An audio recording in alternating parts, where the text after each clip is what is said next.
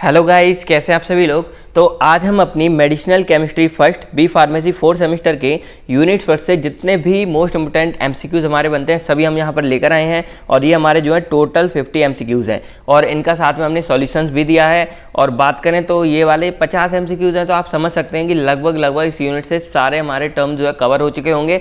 और अगर एग्जाम में कोई भी मतलब एमसीक्यूज़ आता है तो आप इसको ईजी तरीके से सॉल्व कर सकते हैं। बाकी वीडियो के लास्ट में मैंने 5 क्वेश्चन आप लोगों के लिए भी डाले हैं, तो उनका आंसर्स आपको जो है कमेंट में बताना है, क्या होगा कैसे होगा, आपका होमवर्क होगा। बाकी ये वाले जो हमारे एमसीक्यूज़ हैं ये हमारे एंड सेमेस्टर एग्जाम में तो बहुत ज़्यादा हेल्पफुल हैं। उसके साथ के साथ ये हमारे जीपैट में, नाइपर में और जितने भी हमारे फार्मेसी से रिलेटेड एग्जाम होते हैं सभी में ये आप लोगों के काम आने वाले हैं। चलिए तो फिर यहाँ पर हम जो है इनको स्टार्ट करते हैं। तो करना क्या है आप लोगों को कि जैसे मैं पहला यहाँ पर क्वेश्चन आपको दिखाता हूँ, उसके बाद आपको करना क्या है कि इस क्वेश्चन को आपको देखना है, फिर वीडियो को पुश करना है, फिर आपको जो है सोचना है कि इसका आंसर क्या हो सकता है। उसके बाद मैं इसका राइट आंसर आप लोगों को यहाँ पर करके बताता हूँ। तो ये चीज़ आपको यहाँ पर करनी है। तो चलिए यहाँ पर हम सबसे पहले समझते हैं कि यहाँ पर हमारा पहला क्वेश्चन क्या है। बायो आइसोस्टेरिज्म, ये जो हमारा कंसेप्ट है, हमने यूनिट फर्स्ट में अपना इसको स्टडी किया था मेडिसिनल केमिस्ट्री की लास्ट में।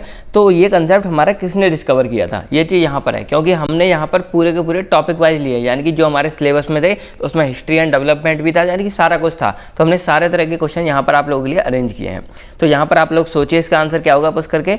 बाकी जो इसका राइट आंसर है वो हमारा है सी, यानी कि इनकी जो खोज की थी वो हमारे थे हंस रिलैन मेयर जी ने की थी। चलिए अब अपना दूसरा क्वेश्चन हम यहाँ पर देखते हैं। हमारा concept of drug potentiation are discovered by. तो ये हमारा ड्रग पोटेंशिएशन, यानी कि ड्रग कितना पावरफुल है, कितना ताकतवर है, इस जो वाला ये वाला जो हमारा पूरा कंसेप्ट है ये हमारा किसने खोज किया था, आप लोग सोचिए पुश करके वीडियो को। बाकी इसका आंसर हमारा होगा एन.जे. हार्पर, यानी कि एन.जे. हार्पर जी ने इस चीज़ की जो है यहाँ पर खोज की थी।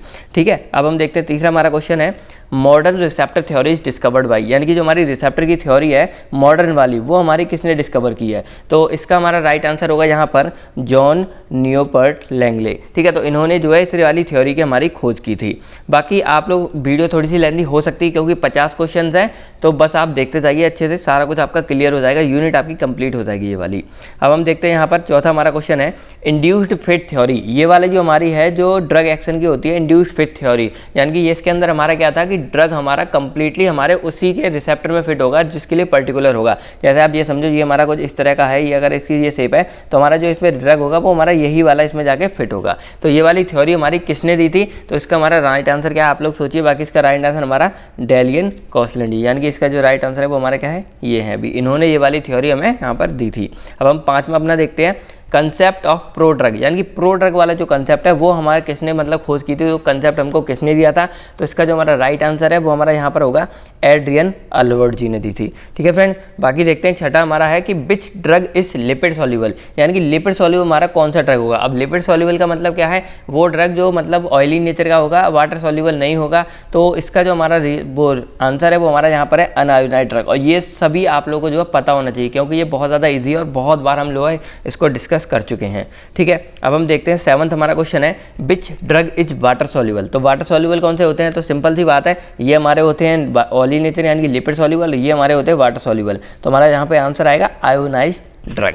ठीक है, अब हम देखते हैं नेक्स्ट हमारा है discovery to new drug content stage. अब जब हम कोई न्यू ड्रग की जब डिस्कवरी होती है तो उसमें कौन कौन से स्टेज हमारे आते हैं। तो अगर हम यहाँ पर देखें तो चूज अ डिसीज, हाँ तो सबसे पहले हम देखेंगे किस बीमारी के लिए हमको वो दवा खोजनी है। फिर हम देखेंगे find lead compound. Lead compound हमारा क्या होता है, पहला हमारा मेन कंपाउंड जिसके द्वारा हम उस डिस्कवरी को स्टार्ट करेंगे कि हम इसके द्वारा ये बना सकते हैं या इसके द्वारा ये बना सकते हैं। तो हमारा फर्स्ट कंपाउंड होता है लीड कंपाउंड। तो इस चीज़ के और चूज अ ड्रग टारगेट। अब ड्रग का टारगेट यानी कि कहाँ पर हम उसको अप्लाई करेंगे, कैसे करेंगे, यानी कि अगर हम देखें तो ये तीनों ही चीज़ें हमारी यहाँ पे इंपॉर्टेंट है। तो इसका आंसर हमारा क्या आ जाएगा, ऑल ऑफ द अबव, यानी कि ड्रग डिस्कवरी में चारों चीज़ हमारे लिए बहुत ज़्यादा इंपॉर्टेंट है।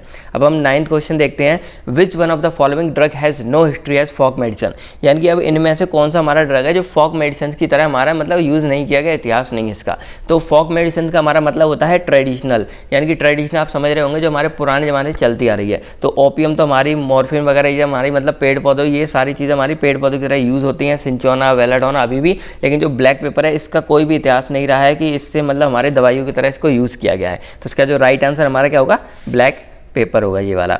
अब हम देखते हैं नेक्स्ट हमारा 10th क्या है, इन 1853 यानी कि 1853 में who convince the idea that functional group in natural product might be modified by chemical reaction. यानी कि ये आइडिया किसने दिया था? अभी हम देखते हैं ना, जो हम सार पढ़ते हैं या चीज़ें पढ़ते हैं उसमें हम क्या पढ़ते हैं कि हमारा जो एक्चुअल ड्रग होता है उसमें हम क्या करते हैं, वहाँ पर उसका फंक्शनल ग्रुप, यानी कि मान लो ये कोई कार्बन चेन है तो यहाँ पर ये जो फंक्शनल ग्रुप लगे होंगे ओ या कुछ भी, इसको चेंज कर देते हैं। इसकी वजह से क्या होगा कि उसका वो चीज़ें भी, उसका जो प्रॉपर्टीज़ है, उसका जो असर है, ये सारी चीज़ें भी चेंज हो जाती हैं। और ये हम चेंज किसके करते हैं? केमिकल, यानी कि केमिकल रिएक्शन के द्वारा हम इसको चेंज करते हैं। तो ये वाला आइडिया एक्चुअल में दिया किसने था? अब तो ये सब नॉर्मल हम बहुत करते हैं, तो जो आइडिया हमको दिया था वो हमें कौन थे? यहाँ पर हमारे हेनरी साहब थे। ठीक है, तो इन्होंने ये वाला आइडिया जहाँ पर हमको दिया था, ये बहुत ज़्यादा इंपॉर्टेंट है और डीपली यही सारे क्वेश्चन हमारे जीपेट में भी आते हैं, नाइपर में भी आते हैं। तो आप सबको इन बातों का जो है ध्यान रखना है। अब 11 हमारा आता है कि scientist Henry heated which drug with methyl iodide to convert the alkaloid to codeine. अब वही इन्होंने खोज किया था, तो इन्होंने चेंज किया। तो इन्होंने पहला ये था कि इन्होंने क्या किया था कि जो मिथाइल आयोडाइड है इसको इन्होंने एल्कोलॉइड में, methyl iodide to convert the alkaloid to codeine, यानी कि एल्कोलॉइड से कोडीन में इन्होंने कन्वर्ट किया। तो मिथाइल आयोडाइड को किस ड्रग के साथ इन्होंने मतलब वो किया था, हीट किया था। तो अगर हमको यहाँ पे याद हो, कोडीन हमारा यहाँ पर किसके लिए बनता है? मॉर्फिन। तो यहाँ पर हमारा जो आंसर क्या हो जाएगा? यहाँ पर मॉर्फिन हो जाएगा, यानी कि मॉर्फिन को उन्होंने मिथाइल आयोडाइड के साथ हीट किया था, जिसकी वजह से क्या हुआ, हमारा जो एल्कोलॉइड था वो हमारा कोडीन में कन्वर्ट हुआ था। तो ये इस तरह इन्होंने क्या किया था, वो हमारे फंक्शनल ग्रुप इसके चेंज हो गए। ये वाले सारा हमारा सीन यहाँ पर हुआ था। 12th हम देखते हैं, इन 1875 यानी कि 1875 में which drug was discovered as possible curb typhoid fever, यानी कि टाइफॉइड फीवर के लिए हमारा कौन सा जो ड्रग या दवाई थी वो यहाँ पर खोज की गई थी। तो यहाँ पर इसका जो मेन आंसर हमारा वो क्या होगा, यहाँ पर आप लोग सोचते भी जाइए साथ के साथ, यहाँ पर हमारा जो आंसर होगा वो हमारा होगा सैलिसिलिक एसिड, यानी कि सैलिसिलिक एसिड हमारी एज अ दवाई यहाँ पर यूज़ किया थी टाइफॉइड फीवर के लिए। इसकी मतलब 1875 में खोज हुई थी। ठीक है फ्रेंड, अब हम यहाँ पर देखते हैं 13 हमारा क्वेश्चन है, which one of the following is not method to improve drug stability. अब ड्रग सॉल्युबिलिटी, अब ड्रग सॉल्युबिलिटी वाला हमने बहुत बार इसको स्टडी किया था और फर्स्ट सेम का मोस्ट इंपोर्टेंट क्वेश्चन है कि method to enhance the technique to enhance the solubility, यानी कि सॉल्युबिलिटी इनहांस करने के, बढ़ाने के कौन कौन से हमारे मेथड थे। तो स्ट्रक्चर मॉडिफिकेशन, हाँ ये हो सकता है, क्योंकि अगर हम स्ट्रक्चर को मॉडिफाई करेंगे तो वो हो जाएगा। कॉम्प्लेक्सेशन भी हो सकता है हमारा। को सॉल्वेंट का यूज़ तो बहुत ज़्यादा करते हैं हम इसके लिए, लेकिन आइसोटोनिसिटी ये वाला कंसेप्ट हमारा इस चीज़ में काम नहीं आता कि हम किसी ड्रग की सॉल्युबिलिटी को इस चीज़ से यहाँ पर बढ़ा सकें। आइसोटोनिसिटी बफर वो आपने पढ़ा होगा भाई, उसमें हमारे थर्ड सेम में भी था और फर्स्ट सेम में भी था। तो इसका जो हमारा आंसर क्या आएगा, यहाँ पर आइसोटोनिसिटी आएगा। ठीक है, अब हम देखते हैं यहाँ पर 14 हमारा है, partition coefficient is one of the physicochemical parameter which influence. अब हमने यहाँ पर फिजियोकेमिकल प्रॉपर्टीज पढ़ी थी, उसमें हमारा पार्टीशियन कॉफिशिएंट भी था। अब यहाँ पर पूछ रहे हैं कि इनमें से कौन सा फिनोमिना है, वो पैरामीटर है जिसको ये हमारा क्या करता है, चेंज करेगा, इन्फ्लुएंस करेगा या कुछ भी करेगा। तो अगर हम देखें partisan coefficient, drug transport, drug solubility, drug distribution, आप लोग सोचिए कौन सा हो सकता है। बाकी यहाँ पर ये तीनों को ही क्या करेगा, इन्फ्लुएंस करेगा, यानी कि ट्रांसपोर्ट में भी करेगा ये चेंजिंग, सॉल्युबिलिटी में भी करेगा और डिस्ट्रीब्यूशन में भी करेगा। क्योंकि पार्टीशियन कोएफिशिएंट हमारा क्या होता है एक्चुअल में, जैसे हमने ये रख दिया तो यहाँ पे चीज़ है, तो ये हमारा ये बताता है कि किस में हमारा कितना क्या है। यानी कि जैसे ये हमारी चीज़ है, कोई भी पार्टिकल है तो ए और बी, तो ये हमारा जब डिवाइड होता है और बाकी पार्टीशियन कोएफिशिएंट हमारा ये बताने में भी काम आता है कि कौन सा ड्रग हमारा कितना ऑयली नेचर का है और कितना हमारा वाटर नेचर का है। तो इसलिए ये सारी चीज़ हमारी ट्रांसपोर्ट, सॉल्युबिलिटी, डिस्ट्रीब्यूशन तीनों में ही हमारा ये काम आता है। तो इसका जो आंसर होगा वो हमारा होगा ऑल ऑफ अब हम 15 हमारा देखते हैं, which of the following bonding interaction is the most important initial interaction when drug enter a binding site. अब यहाँ पर ये बताया कि जैसे मान लो ये हमारी कोई भी रिसेप्टर की ले लेते हैं हम, चलो कुछ भी, तो ड्रग पे ये बाइंडिंग साइट है, तो जब हमारा ड्रग यहाँ पर जाके बाइंड करेगा तो यहाँ पर कौन से बॉन्ड के साथ बाइंड करेगा, जिससे ये हमारा मतलब इंपॉर्टेंट कौन सी होती है जिसके साथ जाके ये यहाँ पर बाइंड करता है, बाइंडिंग साइट हमारी जो होती है उस जगह पे। तो इसका आंसर आप लोग सोचिए क्या हो सकता है। बाकी यहाँ पर जो इसका आंसर होगा वो हमारा क्या होगा, आयोनिक, यानी कि यहाँ पर वो आयोनिक बॉन्ड के द्वारा क्या करेगा, इंटरेक्ट करेगा एक दूसरे को और जाके यहाँ पर क्या होता है, अटैच होता है। अब हम 16 समझते हैं, which of the following functional group is most likely to participate in dipole dipole interaction, यानी कि कौन सा फंक्शनल ग्रुप है जो हमारा सबसे ज़्यादा मतलब यूज़ हो सकता है, पार्टिसिपेट करेगा डायपोल डायपोल इंटरेक्शन मूवमेंट में। तो यहाँ पर आप लोग सोचिए क्या हो सकता है। बाकी इसका जो आंसर हमारा क्या होगा, यहाँ पर कीटोन होगा यहाँ पर। ठीक है, अब हम यहाँ पर और देखते हैं अपना क्या है 17 question, which of the following statement is true. अब इन चारों में से कौन सा स्टेटमेंट यहाँ पर जो है सही हो सकता है, तो इसको आप लोग यहाँ पर जो है स्टडी कीजिए।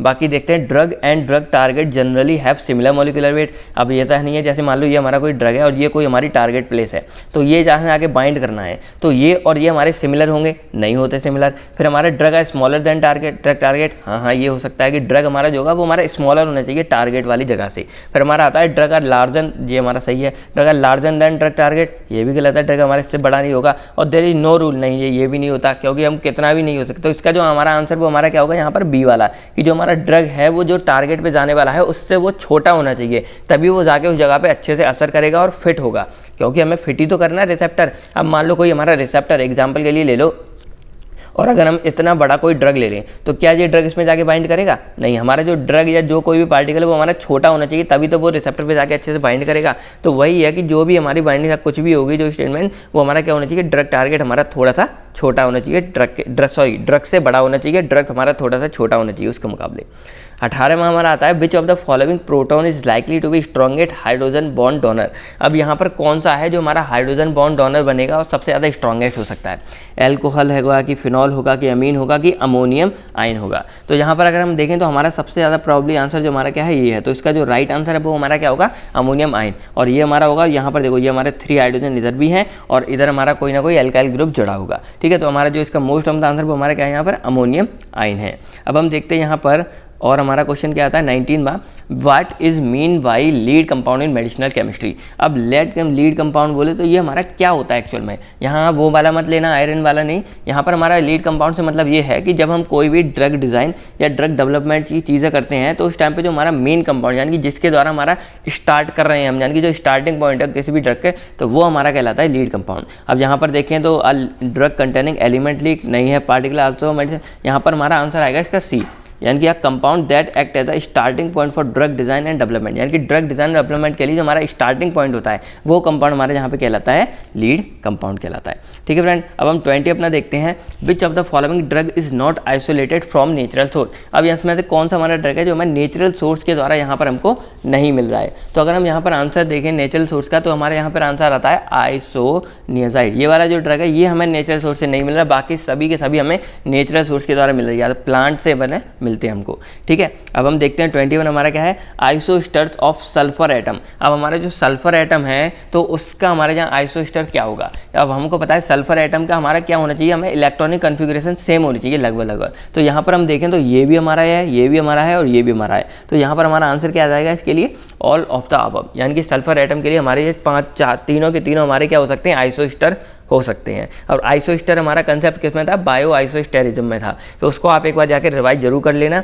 बाकी एक बात और कहूँगा कि अगर आपको इन सब में किसी में भी कोई भी डाउट है किसी भी क्वेश्चन में, तो आप क्या कर सकते हैं, कमेंट करके हमसे पूछ सकते हैं। बाकी सभी लोग इसको ट्राई करेंगे सॉल्व करने की कमेंट्स में। बाकी मैं भी आपको जो है इसका मतलब सॉल्यूशन कुछ भी आपको नहीं समझ आएगा कमेंट में मैं आपको जरूर बताऊंगा, ठीक है। अब हम देखते हैं which one of the following is not monovalent group. अब मोनोवैलेंट ग्रुप में से कौन नहीं है, बाकी यही चीज़ हमको यहाँ पर बतानी है। अब मोनोवैलेंट का आप पहले मतलब देखो क्या है फिर। तो यहाँ पर अगर हम देखें तो CH2 है, यानी कि यहाँ 2 हाइड्रोजन ग्रुप है और एक ही जगह हमारी यहाँ बच रही है, यहाँ भी NH2 है और एक जगह यहाँ भी हमारे SH है यहाँ। लेकिन यहाँ अगर हम देखें तो ऑक्सीजन के पास हमारे क्या है, एक इधर है एक इधर है, तो ये हमारा क्या होगा, ये वाला हमारा कंपाउंड यहाँ पर मोनोवैलेंट नहीं होगा, बाकी ये तीनों के तीनों हमारे मोनोवैलेंट होंगे। तो इसका आंसर जो हमारा क्या हो जाएगा, डी हो जाएगा। क्या आंसर होगा इसका, ROR टेस्ट, ठीक है फ्रेंड्स। और अब हम देखते हैं नेक्स्ट अपना 23, bio isosteres generally does not replace which functional group. अब बायो आइसोस्टर्स का मतलब ही होता है कि वो फंक्शनल ग्रुप को रिप्लेस करेंगे, लेकिन सेम वाले होने चाहिए वो, तब वो रिप्लेस करते हैं।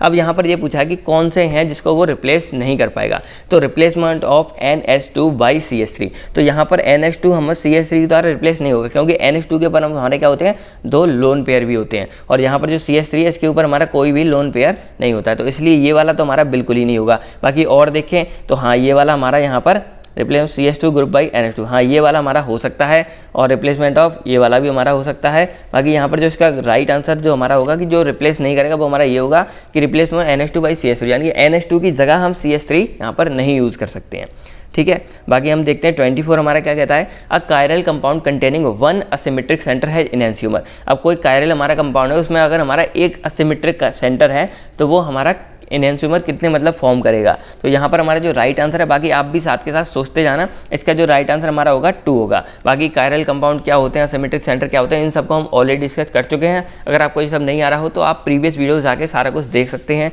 क्योंकि MCQs हमारे ईजी होते हैं, लेकिन MCQs के लिए क्या होना चाहिए, आपका बेस और डाउट कंसेप्ट ये बिल्कुल क्लियर होना चाहिए, तभी हमारे MCQ हमको सॉल्व होते हैं। ऐसा नहीं है एक्चुअल में कि आप सोच रहे होंगे MCQ हमारे ईजी हो गए, ऐसे ही MCQ के लिए भी आपको थ्योरी की ज़रूरत पड़ती ही पड़ती है, ठीक है। अब हम देखते हैं 25 क्या है, कोवैलेंट बॉन्ड्स आर। अब कोवैलेंट बॉन्ड्स क्या होते हैं, तो अगर हम देखें तो सबसे ज़्यादा हमारे स्ट्रॉन्ग बॉन्ड होते हैं वैसे तो कोवैलेंट, और यहाँ पर अगर हम आंसर देंगे तो हमारा क्या आ जाएगा, यहाँ पर यही आएगा कि कोवैलेंट बॉन्ड हमारे क्या होते हैं, स्ट्रॉन्गेस्ट बॉन्ड होते हैं यहाँ पर, ठीक है। बाकी वीक बॉन्ड तो होते ही नहीं है, और दोनों तो हो ही नहीं सकते, या तो वीक होंगे या स्ट्रॉन्ग होंगे, और ऑफ द अबव भी नहीं होगा। अब हम देखते हैं यहाँ 26 हमारा क्या है, bio transformation is chemical alteration of drug in body that. अब जो बायो ट्रांसफॉर्मेशन हमारा है, अगर हम इसकी बात करें तो ये हमारे क्या है, एक तरह से मेटाबॉलिज्म को ही हम बायो ट्रांसफॉर्मेशन यहाँ पर बोलते हैं। तो इसका आंसर हमारा क्या होगा, यहाँ पर तो हाईलाइट भी हो रहा है, इसका आंसर यही हमारा है कि convert non polar compound to polar. और यही हमारा मेटाबॉलिज्म का मेन काम था कि ये हमारा क्या करता था, लाइपोफिलिक से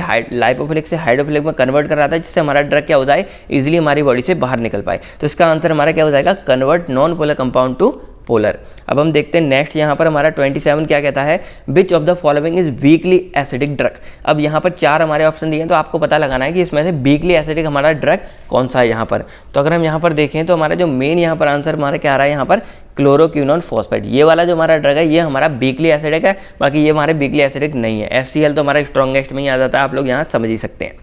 अब हम समझते हैं 28 हमारा है, जनरली मेटाबॉलिज्म में बेस टाइप रिएक्शन। तो मेटाबॉलिज्म में हमारी जनरली कौन सी तरह की हमारी रिएक्शंस होती हैं, फर्स्ट ऑर्डर होती हैं, जीरो ऑर्डर होती हैं कि सेकंड ऑर्डर होती हैं। तो यहाँ पर जो हमारा राइट आंसर इसका है वो हमारा क्या है, यहाँ पर मेटाबॉलिज्म में हमारी मोस्ट ऑफली क्या होती है, फर्स्ट ऑर्डर की मेटाबॉलिज्म यहाँ पर हमको देखने को मिलती है।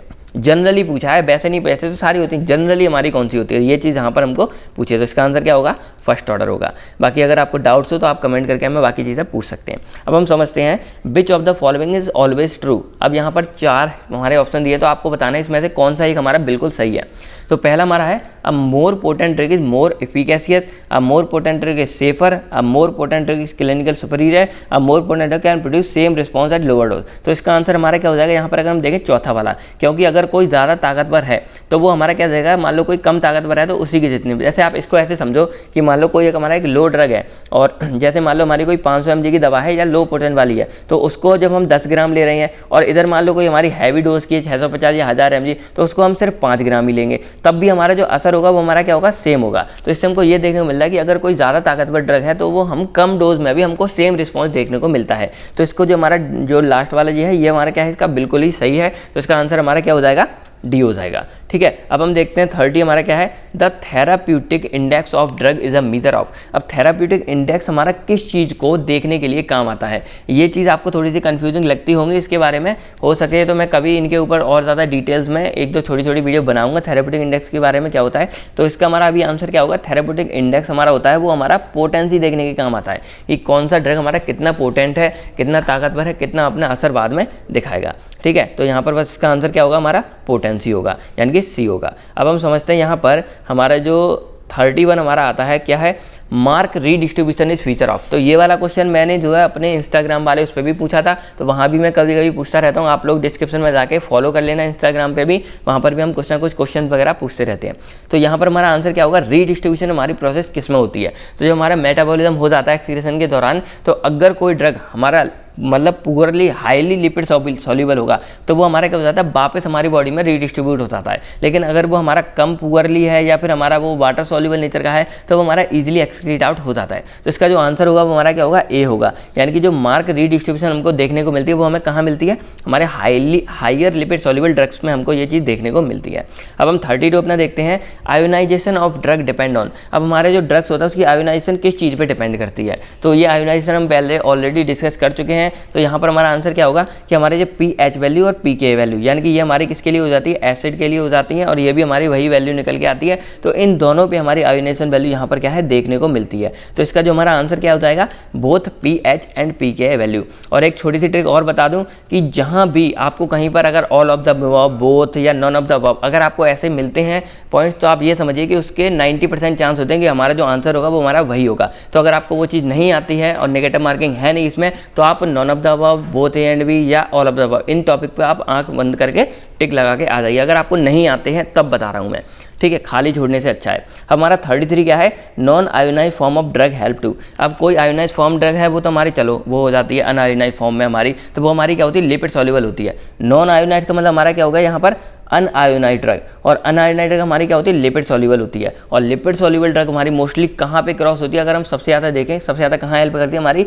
जो ड्रग की सेल मेम्ब्रेन होती है वहीं पे तो हेल्प करेगी हमारी इजीली। तो यहाँ पर हमारा जो मेन आंसर हमारा क्या आएगा यहाँ पर, cross the drug cell membrane. ठीक है, बाकी हम नेक्स्ट देखते हैं अपना 34 हमारा क्या है, the most important factor governing absorption of drug for intent skin. अब हमारा कौन सा इसमें से फैक्टर है जो हमारा स्किन के अंदर, यानी कि जो हमारी त्वचा है इसके अंदर हमारी एब्जॉर्प्शन प्रोसेस को कराने में हेल्प करता है। तो अगर हम इसका यहाँ पर आंसर देखें तो मॉलिकुलर वेट अगर ज़्यादा होगा तो भाई वैसे भी ईजी तरह से अंदर नहीं आएगा। साइट ऑफ एप्लीकेशन, क्योंकि हम तो यहाँ पहले से ही हमारी साइट क्या है, स्किन है, हमको स्किन में ही तो डालना है। और तीसरी लिपिड सॉल्युबिलिटी ऑफ ड्रग, चौथी nature of base used in formulation. तो यहाँ पर हमारा आंसर क्या होगा, आप लोग भी सोचना। बाकी इसका आंसर हमारा क्या है, लिपिड सॉल्युबिलिटी ऑफ ड्रग, यानी कि जो ड्रग हमारे जितना ज़्यादा लिपिड सॉल्युबल होगा वो ड्रग हमारा उतनी अच्छे से स्किन के द्वारा अंदर एब्जॉर्ब हो जाएगा। ठीक है, तो इसका आंसर हमारा क्या हो जाएगा, सी हो जाएगा, लिपिड सॉल्युबिलिटी ऑफ ड्रग। अब हम देखते हैं 35 हमारा क्या है, हाई प्लाज्मा प्रोटीन बाइंडिंग। अब प्लाज्मा प्रोटीन बाइंडिंग है लेकिन हाई प्लाज्मा प्रोटीन बाइंडिंग, अब आगे आपके सामने ऑप्शन है, अब आपको देखना है किस चीज़ में जो हमारी यहाँ पर हो रही है।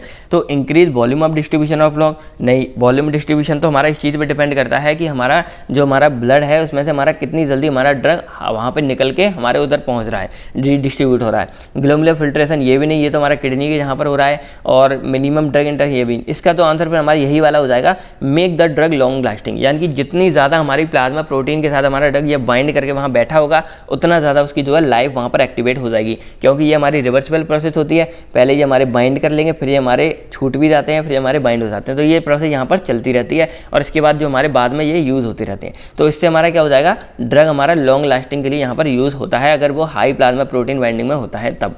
ठीक है फ्रेंड्स, अब हम यहाँ पर देखते हैं 36 हमारा क्या है, the most commonly occurring conjugation reaction of drug and, यहाँ पर ड्रग एंड है एंड देयर मेटाबोलाइट्स इज। तो यहाँ पर हमने पढ़ा था जब मेटाबॉलिज्म हम कर रहे थे फेज़ 1 फेज़ 2, तो फेज़ 2 में हमारी रिएक्शन आ रही थी कंजुगेशन वाली। तो वहाँ पर हम सबसे ज़्यादा हमारे यूज किसके साथ हो रहा था, ग्लूकोरोनिक एसिड के साथ। और ग्लूकोरोनिक एसिड से हमारे यहाँ क्या आ जाता है, ग्लूकोरोनाइडेशन आ जाता है, मिथाइलेशन नहीं आएगा, एसिटाइलेशन नहीं आएगा, कंजुगेशन। तो हमारे यहाँ आंसर क्या हो जाएगा, यहाँ पर हमारा ग्लूकोरोनाइडेशन। स्पेलिंग आप एक बार जो है क्रॉस चेक कर लेना, मुझे लग रहा है शायद गलत है, तो इसको आप देख लेना, हो जाता है जब इतना ज़्यादा टाइपिंग करते हैं तब। अब हम देखते हैं which of the following is not primary but drive pharmacokinetic property. अब फार्माकोकाइनेटिक की प्रॉपर्टीज बहुत सारी होती हैं लेकिन इसमें जो है प्राइमरी नहीं है, लेकिन हाँ वो भी यहाँ पर इफेक्ट डालती है। तो बायो अवेलेबिलिटी तो हमारी मेन ही होगी एब्जॉर्प्शन की, क्लियरेंस भी है कि कितना हमारा ड्रग वहाँ से जितनी जल्दी खाली हो रहा है, पॉलीमर डिस्ट्रीब्यूशन। लेकिन जो प्लाज्मा हाफ लाइफ है ये हमारी कहाँ पे एक्चुअल में अगर हम देखा जाए तो हमारी एलिमिनेशन और मेटाबॉलिज्म दोनों में यहाँ एंड बीच में आती है। और ये हमारी क्या हो जाएगी, फार्माकोकाइनेटिक पैरामीटर की तरह ही काम करता है। प्लाज्मा हाफ लाइफ का मतलब हो गया कि कितनी जल्दी हमारा जो ड्रग है वो क्या हो जाएगा, हमारी बॉडी से हाफ मतलब आधा निकल जाएगा। यानी कि मान लो कोई अगर 500 mg ड्रग है तो जब 250 mg ड्रग हमारी बॉडी से एक्सक्रीट आउट हो चुका है तो वो कितने टाइम में होता है, तो वो टाइम हमारा कहलाता है प्लाज्मा हाफ लाइफ कहलाता है। और मतलब यहाँ पर ब्लड ब्लड के अंदर आएगा कि ब्लड से हमारा कितनी जल्दी ड्रग यहाँ पर हमारे यहाँ ब्लड से हमारा जो डिस्ट्रीब्यूट होता है ना वो हमारा हो जाता है हाफ कितने टाइम में, तो ये हमारा ब्लड के अंदर आता है, इसीलिए इसको बोलते हैं प्लाज्मा हाफ लाइफ। मैं पहुँच गया एक्सक्रीशन वाले में, उसमें भी हाफ लाइफ का सीजन होता है। ठीक है, तो इसका जो हमारा आंसर आ जाएगा क्या आ जाएगा, प्लाज्मा हाफ लाइफ आ जाएगा। बाकी देखते हैं 38 हमारा क्या है, log p is not measured by. अब log p हम किसके द्वारा यहाँ पर मेजर नहीं कर सकते हैं, तो जो इसका हमारा राइट आंसर हमको देखने को क्या मिलता है, यहाँ पर हमारा आएगा यहाँ पर कि जो हमें हाफ लाइफ है ये हमको यहाँ बी यानी कि हॉट प्लेट मेथड है, इसके अंदर हमको देखने को नहीं मिलती है। बाकी आप लोग भी जो यहाँ पर इस चीज़ का मतलब अनुमान लगाते रहिए क्या होता है कैसे होता है। ठीक है फ्रेंड, बाकी ये तो हमारा सॉरी यहाँ पर हो ही गया यहाँ पर। अब हम यहाँ पर देखते हैं 39 हाँ, which method is not used to improve drug solubility. अब ड्रग सॉल्युबिलिटी के लिए कौन सा मेथड हमारा यूज़ नहीं होगा, ये हमारा अगेन आ गया, लेकिन यहाँ पर जो है आपके लिए ऑप्शन यहाँ पर चेंज हो गए हैं, कौन सा हो सकता है क्या। तो स्ट्रक्चर मॉडिफिकेशन ये हमारा पहले ही होता था, को सॉल्वेंट का यूज़ करते हैं, सरफेक्टेंट भी हम यूज़ करते हैं मिलाने के लिए। हमारे यहाँ पर आंसर क्या हो जाएगा, सुपर सैचुरेशन, यानी कि इस चीज़ को हम सॉल्युबिलिटी में कोई इसका रोल नहीं है, ये हमारी सॉल्युबिलिटी को इंक्रीज नहीं करती है। ठीक है, तो यहाँ पर हमारा आंसर क्या आ जाएगा, सुपर सैचुरेशन आ जाएगा। अब हम यहाँ पर नेक्स्ट अपना समझते हैं 14 हमारा होगा factor affecting partition coefficient is, यानी कि पार्टिशन कोफिशिएंट को हमारा कौन सा फैक्टर जो इसको अफेक्ट करता है। तो अगर हम यहाँ पर इसका आंसर देखें तो हमारा क्या आ रहा है, पीएच भी हमारी अफेक्ट करती है, सरफेक्टेंट भी, जब दोनों अफेक्ट करती है तो नन ऑफ द अबव तो होगी नहीं, तो हमारा इसका आंसर क्या आ जाएगा, बोथ ए एंड बी, यानी कि इसका आंसर हमारा क्या होगा, बोथ ए एंड बी, सी हमारा आंसर इसका होगा। अब हम समझते हैं 41 हमारा क्या है, antidote for mental poisoning. Sorry metal poisoning होगा, यहाँ मेंटल पॉइजनिंग है, इसको आप लोग जो है करेक्ट कर लेना, सॉरी। तो यहाँ होगा मेटल पॉइजनिंग के लिए हमारा कौन सा एंटीडोट यहाँ पर हम जो है यूज़ करते हैं। तो यहाँ पर हमारा जो आंसर आएगा वो हमारा क्या आएगा, यहाँ पर ए आएगा हमारा यहाँ पे, ठीक है, डाई एम्पर कैप्रोल। तो इसका हम यहाँ पर यूज़ करते हैं मेटल पॉइजनिंग के एंटीडोट की तरह, ठीक है। अब हम यहाँ पर समझते हैं 42 हमारा क्या है, most significant protein involve in binding of drug. अब सबसे ज़्यादा हमारी प्रोटीन कौन सी यूज़ होती है जब हमारी ड्रग की बाइंडिंग होती है, तो इसको हम बहुत बार स्टडी कर चुके हैं और इसका सबसे सभी को पता होगा आंसर है इसका एल्ब्यूमिन। यानी कि एल्ब्यूमिन हमारा सबसे ज़्यादा यूज़ होता है ड्रग के साथ बाइंड होने में, सबसे ज़्यादा यूज़ की जाने वाली हमारी प्रोटीन क्या है, यहाँ पर एल्ब्यूमिन है, ठीक है। अब हम देखते हैं 43 हमारा यहाँ पर क्या है, विच इज़ मोनोवैलेंट एटम। अब वही मोनोवैलेंट वाला कंसेप्ट आ गया। तो अगर आप यहाँ देखोगे, देखो 2 है, यहाँ भी 2, इधर उधर यहाँ भी 2, यहाँ पर हमारा 1 है, तो इसका सीधा आंसर हमारा क्या आ जाएगा, CH2। यानी कि मोनोवैलेंट एटम हमारा क्या हो जाएगा, यहाँ पर CH2 हो जाएगा। अब हम समझते हैं 44 हमारा क्या है, विच इज़ रिंग इक्विवेलेंट। अब रिंग इक्विवेलेंट का तो सिंपल फंडा यहाँ पर हमारा यही वाला आ जाएगा, C -। तो यहाँ पर जो हमारा आंसर इसका क्या आने वाला है, रिंग इक्विवेलेंट का बॉन्ड C बॉन्ड। अब हम देखते हैं यहाँ पर 45 हमारा क्या है, which is not an oxidation reaction. अब इनमें से हमारी ऑक्सीडेशन रिएक्शन कौन सी नहीं है। तो अगर हम यहाँ पर देखें तो हमारी डी एल्काइलेशन में होती है, डीएमिनेशन में होती है, जब 2 में हो गई तो नॉन तो हमारा वैसे भी नहीं होगा, तो हमारा आंसर बचा एजो रिडक्शन। तो यहाँ पर हमारा आंसर क्या होगा, एजो रिडक्शन होती है, जिसके अंदर हमारी ये वाली जो रिएक्शन होगी नहीं होगी। और एजो रिडक्शन हमारी होती क्या है, ये वाले कंपाउंड हमारे एजो के अंदर आ जाते हैं। अब एन आ गया तो आप समझ सकते हैं यहाँ पर ऑक्सीजन का कोई काम ही नहीं है। 46 हमारा आता है, which is not a reduction reaction. अब इनमें से रिडक्शन रिएक्शन हमारी यहाँ पे कौन सी नहीं होगी। तो यहाँ पर अगर हम देखें तो एजो रिडक्शन यहाँ पे हो सकती है, नाइट्रो रिडक्शन नन। तो यहाँ पर हमारा आंसर क्या आ जाएगा 46 का, डीएमिनेशन। तो यहाँ पर हमारा जो आंसर होगा वो हमारा क्या होगा, डीएमिनेशन। और बाकी आप एक बार इसको क्रॉस चेक भी कर लेना, एक आध चीज़ आप भी करिए और कमेंट करके बताइए। 47 आता है, रिडक्शन रिएक्शन एंजाइम इंक्लूड। अब जो रिडक्शन रिएक्शन है इसमें कौन कौन से एंजाइम हमारे यहाँ इंक्लूड होंगे। तो अगर हम इसमें से देखें कौन कौन सा हमारा हो रहा है, यहाँ पर अगर देखें तो amidases, oxido reductase both B and C। तो हाँ, ये दोनों हमारे कंपाउंड इसमें यूज़ हो रहे हैं कि ऑक्सीडो रिडक्टेज है और रिडक्टेज है। तो इसका जो आंसर हमारा क्या आ जाएगा, D आ जाएगा, बोथ B एंड C। अब हम देखते हैं 48 हमारा आंसर है, हाइड्रोलिसिस रिएक्शन एंजाइम इंक्लूड। वो हमने देखी थी रिडक्शन, अब देखेंगे हाइड्रोलिसिस में कौन सा एंजाइम हमारा यहाँ पर यूज़ होता है। तो अगर हम बात करें तो एमाइडेज, हाँ ये इसमें यूज़ होता है, और लाइपेज भी हमारा इसमें यूज़ होता है। आपने सुना होगा ना, लाइपेज एंजाइम की वजह से हमारी ये चीज़ हाइड्रोलिसिस हो गई। तो यहाँ पर हमारा फिर आंसर आ जाएगा, बोथ A एंड B आ जाएगा, ठीक है। अब हम यहाँ पर देखते हैं 49 क्या है, हाइड्रोलिसिस रिएक्शन इंक्लूड। अब वहाँ पर था एंजाइम, यहाँ पर है कौन कौन सी हमारी रिएक्शन है वो इंक्लूड करेंगी ये वाली हाइड्रोलिसिस रिएक्शन। तो ईस्टर हमारी हो जाती है, एमाइड क्यूब हो जाती है, एमाइडेज था ईस्टर। तो हमारा आंसर यहाँ पे फिर हो जाएगा बोथ A एंड B, यानी कि ये और ये दोनों हमारी क्या करेंगे, हाइड्रोलिसिस रिएक्शन इंक्लूड करेंगी। अब हमारा आता है 50वां लास्ट क्वेश्चन आज का, कि ऑक्सीडेशन रिएक्शन एंजाइम इंक्लूड। अब जो ऑक्सीडेशन रिएक्शन है वो हमारे कौन कौन से एंजाइम यहाँ पर करते हैं। तो ऑक्सीडेज तो हमारा करेगा ही करेगा, मोनोअमीन ऑक्सीडेज भी करेगा, यानी कि ये तीनों में ही ऑक्सीडेज हैं, ASE का मतलब होता है एंजाइम। तो ये तीनों के तीनों हमारे करेंगे। तो इसका आंसर हमारा क्या जाएगा, ऑल ऑफ द अबव। तो आई होप आप लोगों को ये सारा समझ आ गया होगा, आपने गैस भी किया होगा, कितने आपके सही हुए ये सब चीज़ें आप कमेंट करके हमें जरूर बताइएगा। बाकी अब बारी आती है आपके लिए कुछ होमवर्क की। तो यहाँ पर आप इन क्वेश्चंस का या तो आप स्क्रीनशॉट ले लो, या आप जो है इसको मतलब कुछ भी करो, आप लिख लो, सोच लो, अभी का भी आंसर करो, बस कमेंट में आपको जो है इन सभी का आंसर लिखना है। तो 51 हमारा क्वेश्चन ये आता है कि atom which must be present in hydrogen bonding, यानी कि हाइड्रोजन बॉन्डिंग में कौन सा हमारा एटम प्रेजेंट होता है। बहुत ही ज़्यादा इजी क्वेश्चन है ये। फिर आता है 52, a structure which is used as a starting point for drug design and development. ये भी बहुत ज़्यादा इंपॉर्टेंट है, इसको हमने अभी अपनी प्रीवियस क्वेश्चन में सॉल्व भी किया है। फिर हमारा आता है the rate of drug transport across a cell membrane depend on. अब ड्रग ट्रांसपोर्ट करते हैं सेल कौन सा डिपेंड होता है, ये आपको यहाँ पर बताना है। 54 आता है, drug that is exception to the rule of 5 phase. तो ये भी आपको यहाँ बताना है। फिर 5 आता है, phase 1 metabolic transformation not involving. अब फेज 1 के कौन से यहाँ पर रिएक्शन यूज नहीं होती है। तो ये हमारे टोटल 5 क्वेश्चन है जो आप लोगों के लिए, इनको आपको क्या करना है, कमेंट करके इनका आंसर आपको बताना है। बाकी वीडियो कैसी लगी, क्या कुछ लगा, सारा कुछ आप जो कमेंट करके हमें बताइएगा। बाकी मिलते हैं आपसे बहुत जल्द, तब तक के लिए थैंक यू, टेक केयर, आप सभी लोग अपना ख्याल रखिएगा। बाकी नोट्स वगैरह वेबसाइट से डाउनलोड कर लीजिएगा। बाकी एनी प्रॉब्लम कुछ भी आप कमेंट करके हमें बोल सकते हैं।